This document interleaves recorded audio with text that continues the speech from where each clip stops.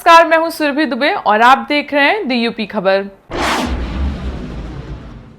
मोदी जी से जब भी कोई प्रश्न पूछो, चाहे वो रोजगार से संबंधित हो या महंगाई से या फिर देश की अर्थव्यवस्था से, उनका बस दो टूक जवाब होता है कि ये नेहरू जी की वजह से हुआ।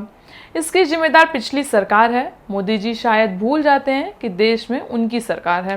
खैर, आज हम इस बारे में बात इसलिए कर रहे हैं क्योंकि मोदी के एक केंद्रीय मंत्री ने नेहरू जी की तारीफ की है। मोदी सरकार में केंद्रीय मंत्री नितिन गडकरी ने चाचा नेहरू की तारीफ की। नितिन गडकरी ने देश के पहले प्रधानमंत्री और दिवंगत कांग्रेस नेता जवाहरलाल नेहरू को आदर्श राजनेता बताया। हिंदी न्यूज चैनल द्वारा आयोजित एक कार्यक्रम में उन्होंने कहा कि वाजपेयी और नेहरू ये हिंदुस्तान के लोकतंत्र के दो आदर्श नेता थे।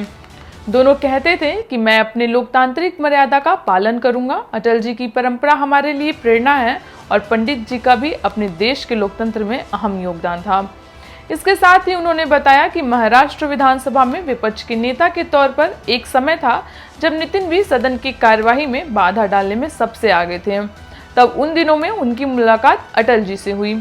अटल जी ने उन्हें समझाया कि लोकतंत्र में इस तरह का बर्ताव सही नहीं है।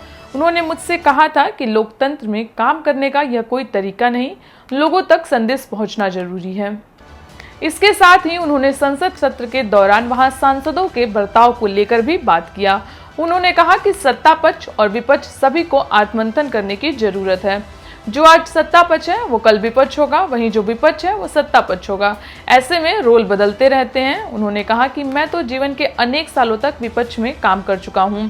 कहीं न कहीं सब लोग मर्यादा का पालन करके जाएं। उन्होंने कहा कि संसद में हालिया व्यवधानों के चलते उन्हें पीड़ा हुई है। कांग्रेस पार्टी की स्थिति के बारे में बात करते हुए उन्होंने कहा कि एक मजबूत विपक्ष एक सफल लोकतंत्र में जरूरी है।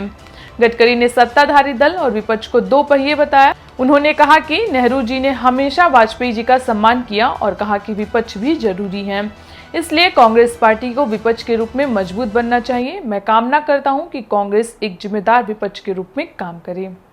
फिलहाल के लिए इतना ही। ऐसे ही खबरों के लिए बने रहें दी यूपी खबर के साथ।